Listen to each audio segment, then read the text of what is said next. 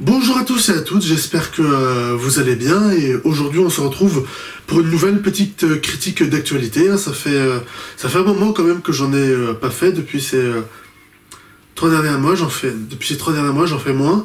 Donc aujourd'hui on se retrouve pour une petite critique sur un film que j'avais vu, c'est la semaine dernière, que j'ai bien aimé.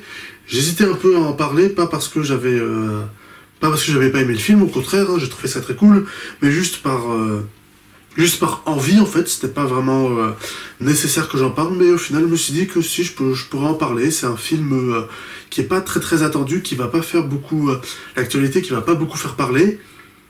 Du coup j'ai eu envie d'en parler un peu. Et donc aujourd'hui je vais parler du film Coup de théâtre. Potentiellement des victimes.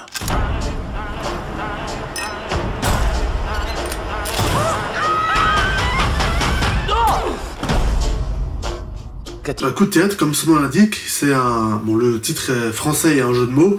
Le vrai titre anglais, c'est See How They Run. Donc, voyez comme il court. Je comprends pas du tout ce titre de film. C'est peut-être, je sais pas, par rapport au policier, ou joué par Sam Rockwell, ou à la fille jouée par Saoirse Ronan, je sais pas, c'est...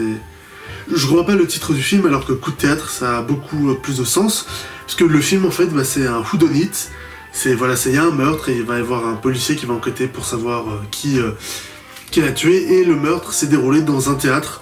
Du coup c'est pour ça que ça s'appelle coup de théâtre. Voilà, bah, pour le coup, bah, le meurtre, et le coup de théâtre pour le retournement justement du meurtrier, qu'on saura à la fin comme dans tous les whodunits. Donc le titre français est un peu plus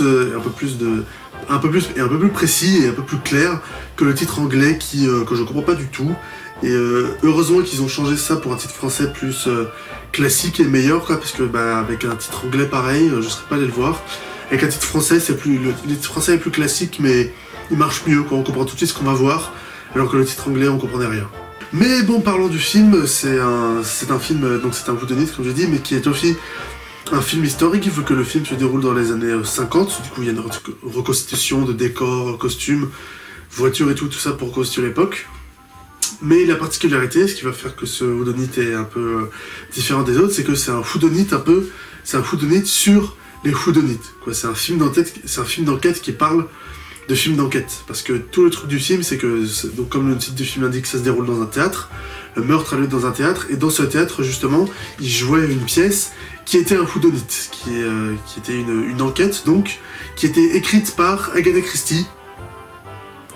Voilà, et donc toute l'enquête a fait écho et a un double sens avec l'enquête qui est jouée dans le théâtre où a eu lieu le meurtre qui lance l'enquête. C'est voilà, déjà ça, ce petit côté-là, il y a un côté métatextuel qui est intéressant, mais aussi avec Agatha Christie aussi, qui a popularisé le genre avec tous ses livres et tout. Mais c'est aussi un film qui vraiment va vraiment reprendre tous les codes du whodunit consciemment, mais pas vraiment pour essayer de les casser ou de les changer, vous voyez, pour casser les codes, pour réinventer le genre du whodunit, pas du tout, hein, pas comme un couteau tiré de Rian Johnson. Là c'est vraiment un whodunit, je vais dire basique, ou plutôt classique, mais pas dans le sens péjoratif, puisque c'était bien, j'ai bien aimé, mais dans le sens c'est vraiment un whodunit avec, il y a un meurtrier, on va essayer de trouver qui est le meurtrier, quoi, mais c'est vraiment le truc de base, mais ça reste quand même plutôt bien, et c'était quand même plutôt intéressant. Et ce côté intéressant justement du whodunit, c'était justement tout ce côté méta, justement, parce que comme dans le théâtre il joue une pièce de théâtre qui est une enquête, donc un whodunit, il va y avoir beaucoup d'échos, de références justement au genre du whodunit, justement à ce qu'on s'attend à voir, décisions qu'on attend et tout, aux pistes qui sont traditionnellement suivis. Voilà, on va parler vraiment de tous les codes du whodunit pour après les intégrer dans le film et en parler. Et ça pour le coup, c'est ce côté-là vraiment qui jalonne, on va dire, tout le film, et ce côté-là intéressant qui rend le film très intéressant. Mais bon, c'est un côté méta sur donc sur les films policiers, voilà, les whodunits, mais comme je dis, ça veut pas changer les codes, les révolutionner, ni non plus vraiment questionner en fait sur ces codes, essayer de les remettre en question, nous faire réfléchir dessus. Non, en fait, c'est juste un côté méta justement pour rendre justement cette enquête policière un peu plus intéressante et drôle aussi, parce que du coup on connaît les codes, le film aussi les connaît, les personnages aussi les connaissent. En plus il y a le personnage de la jeune policière et tout qui accompagne le vieux policier et tout, Bougoum, qui connaît tout, qui est fan de film et qui connaît toutes ses références. Donc du coup c'est vraiment ce côté méta qui donne vraiment un charme et un aspect intéressant et très bon au film, qui fait que je l'ai plutôt bien apprécié. Après, si on enlève le côté méta, l'enquête en elle-même, ça va quoi, elle est classique, elle est pas extraordinaire, mais en fait c'est vraiment ce côté méta, le fait que ça se déroule dans un théâtre avec Agatha Christie et tout, c'est vraiment ça qui donne vraiment ce charme et cet intérêt à ce film, quoi, ce Whodunit.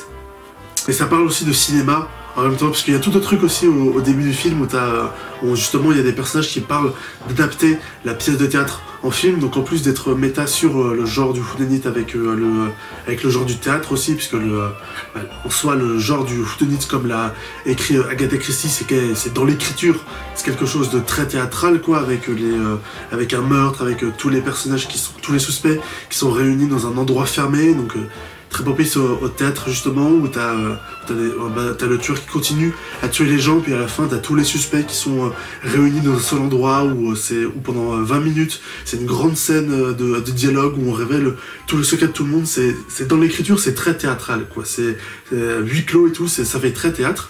Donc il y a un côté méta sur le théâtre, mais aussi sur le cinéma, vu que dans le film il parle de faire une adaptation cinéma de la pièce de théâtre, donc on va aussi parler de cinéma, de flashback et tout, de codes du cinéma justement, des codes des films d'enquête dans le cinéma, et il y a ce côté-là méta en plus qui arrive aussi, qui est très intéressant et qui rend le film vraiment bien, et qui fait que j'ai vraiment très bien apprécié et que j'ai vraiment beaucoup aimé ce côté-là.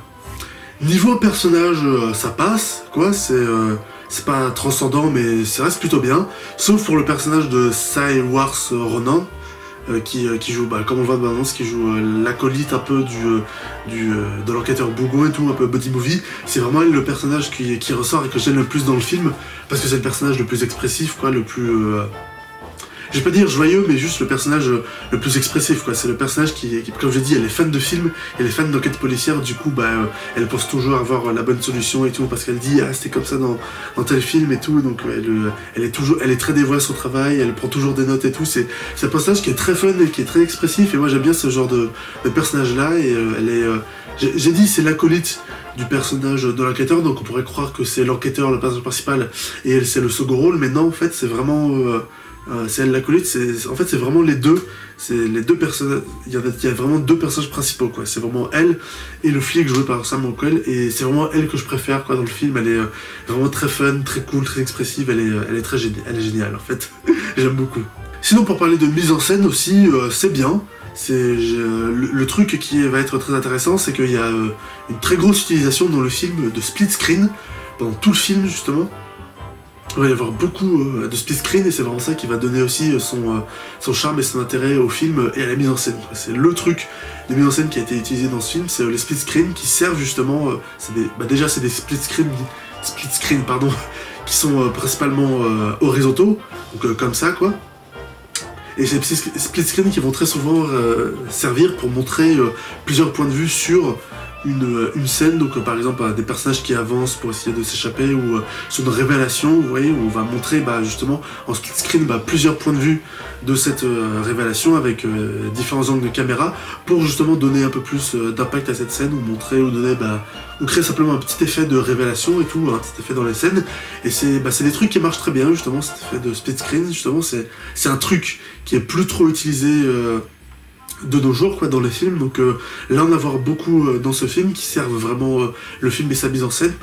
Pour le coup c'était vraiment cool, c'est un peu frais justement de voir un film qui utilise vraiment les split screen comme ça dans sa mise en scène, et ça donne justement un petit côté vieillot justement, enfin vieillot, c'est un petit côté rétro, voilà, ça marche bien aussi vu que le film est censé se dérouler dans les années 50, et ça donne du charme à la mise en scène, et ça donne du charme aussi au film, et j'ai trouvé ça très bien, c'était très cool en fait, c'était très charmant, j'ai bien aimé.